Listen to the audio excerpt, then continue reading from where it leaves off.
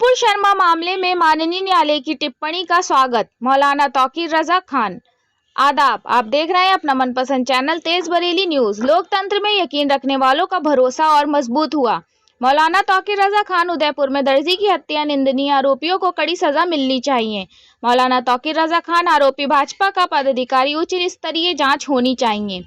राजस्थान चुनावों में फायदे के लिए भाजपा आरएसएस प्लानिंग का हिस्सा तो नहीं। मौलाना तौकीर रजा खान। रांची में पुलिस फायरिंग में मारे गए नाबालिग बच्चों को दिया जाए मुआवजा देने में हिंदू मुस्लिम का भेदभाव ना करे कांग्रेस सरकार। मौलाना तौकीर रजा खान। बरेली सुप्रीम कोर्ट द्वारा नुपुर शर्मा पर की गई सख्त के बाद अपने निवास पर प्रेस वार्ता करते हुए आईएमसी प्रमुख मौलाना तौकीर रजा खान ने कहा, माननीय न्यायालय द्वारा नुपुर शर्मा पर सख्त कदम उठाने का बहुत स्वागत करते हैं। बहुत खुशी का मौका है। लोकतंत्र में यकीन रखने वालों का भरोसा और मजबूत हुआ है। मौलाना ने कहा कि नुपुर शर्मा पर सरकार की मौन धारण कर अप्रत्यक्ष हिमायत से देश का हालात बिगड़े। उदयपुर में दर्जी की हत्या को या रांची में बेकसूर नाबालिग मुस्लिम बच्चों की मौत, इन सब की जिम्मेदार नुपुर शर्मा की टिप्पणी और सरकार की खामोशी है। वक्त रहते नुपुर को गिरफ्तार कर लिया जाता तो इन हत्याओं को रोका जा सकता था। मौलाना ने कहा कि उदयपुर के आरोपियों को सजा मिलनी चाहिए। साथ ही कांग्रेस को रांची में पुलिस फायरिंग में मारे गए मासूम मुस्लिम बच्चों को मुआवजा देना चाहिए। मुआवजा देने में हिंदू मुसलमान की नज़र से नहीं देखा जाना चाहिए। मासूम बच्चों के परिवार को मुआवजा देना चाहिए। मौलाना ने कहा, प्रधानमंत्री जी अगर अपना मौन धारण न कर नुपुर शर्मा के बयान के बाद आगे आकर देश का माहौल सही करने के लिए बयान देना चाहिए था। अगर प्रधानमंत्री जी ने आगे आकर पहल की होती तो देश का माहौल खराब ना हुआ होता और उदयपुर और रांची में हुई हत्याओं को रोका जा सकता था। उन्होंने प्रधानमंत्री जी से अपील करते हुए कहा, अगर जरूरत महसूस करते हो तो अति शीघ्र शुभ मुहूर्त निकलवाकर देश का माहौल सही करने को आगे आकर पहल करें। मौलाना ने कहा, अब साफ हो गया उदयपुर के आरोपी भाजपा के कार्यकर्ता है। अब इस बात की उच्च स्तरीय जांच होनी चाहिए कि राजस्थान में आगामी चुनाव को ध्यान रखते हुए भाजपा की प्लानिंग का हिस्सा तो नहीं।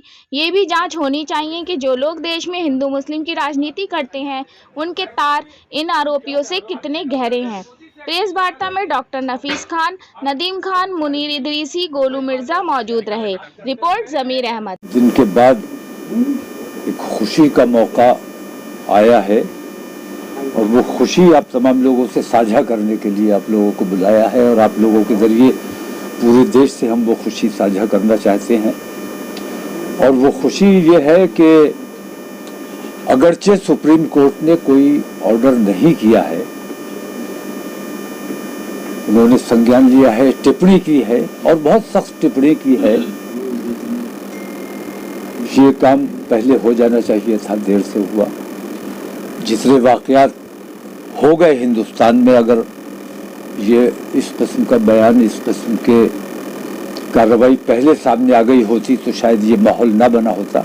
लेकिन बहरहाल जब भी हुआ बेहद खुशी की बात है और बहुत स्वागत योग्य है।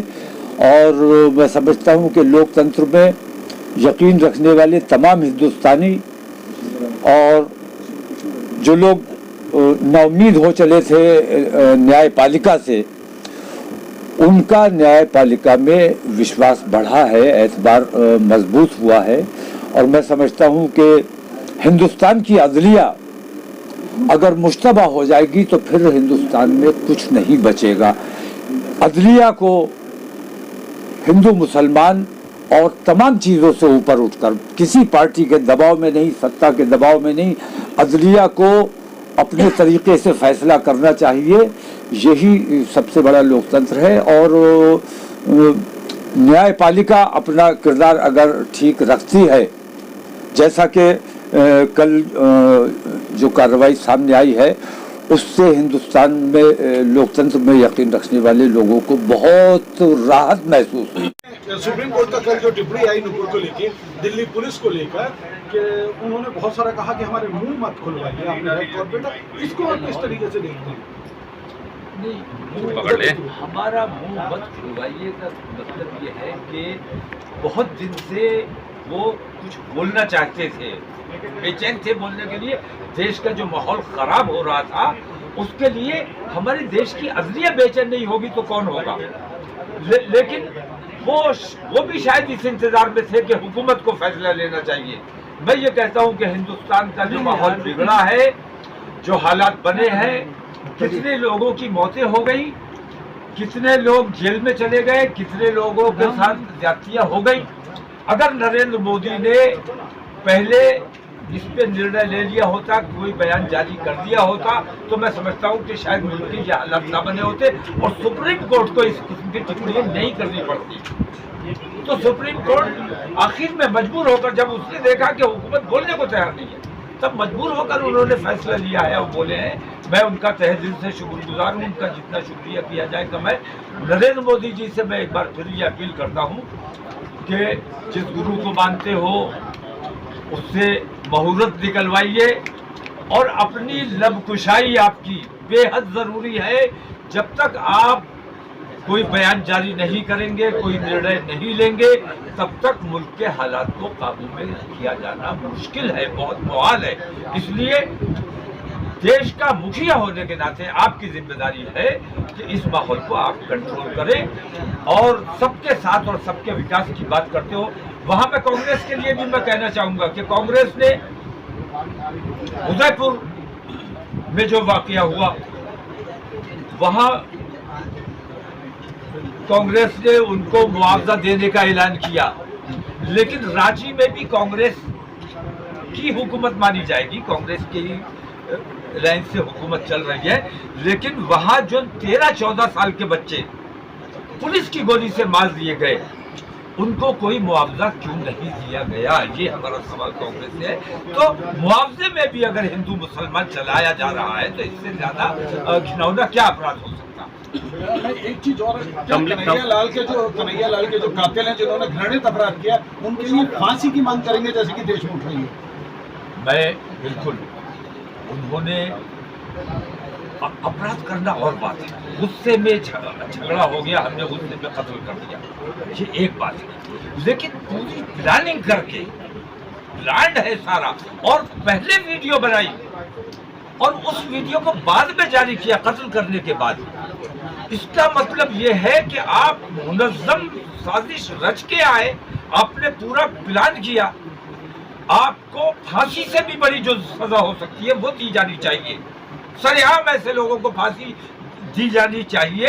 हम उनके लिए सख्त से सख्त सजा की मांग करते हैं और हम ये मांग करते हैं कि किसी आला अधिकारी से, किसी जज से इसकी उच्च स्तरीय जांच कराई जानी चाहिए कि आया इसके पीछे पाकिस्तान है या इसके पीछे आरएसएस।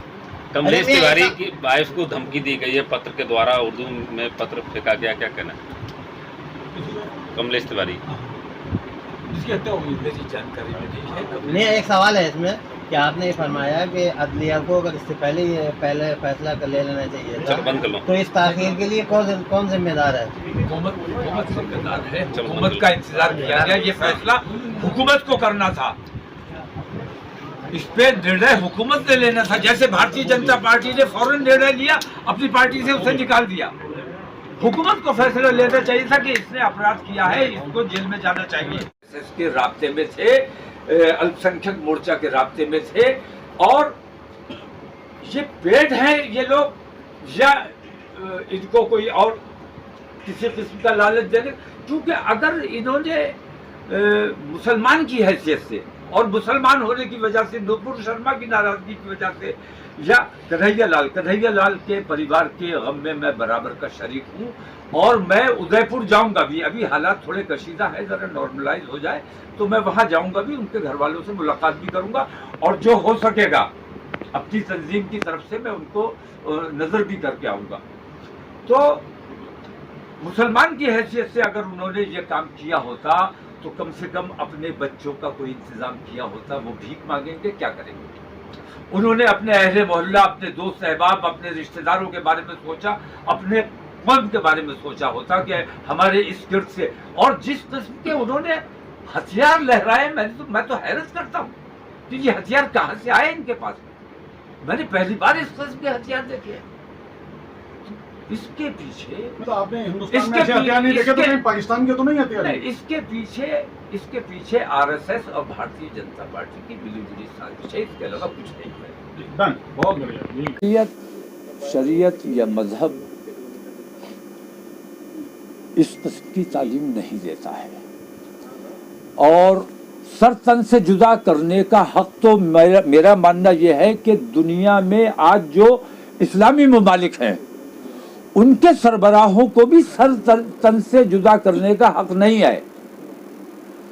अदलिया है, फैसला होगा। और मैं कहता हूं सर तन से जुदा करने का यहाँ नरेंद्र मोदी को इख्तियार नहीं है, जबकि सबसे बड़े हाकिम है वो। हाकिम को इख्तियार होता है, हाकिम वक्त को इख्तियार होता है। हाकिम वक्त वो सुप्रीम कोर्ट हो सकता है। तो सर तन से जुदा करने का तो कहीं कोई मतलब बनता ही नहीं है।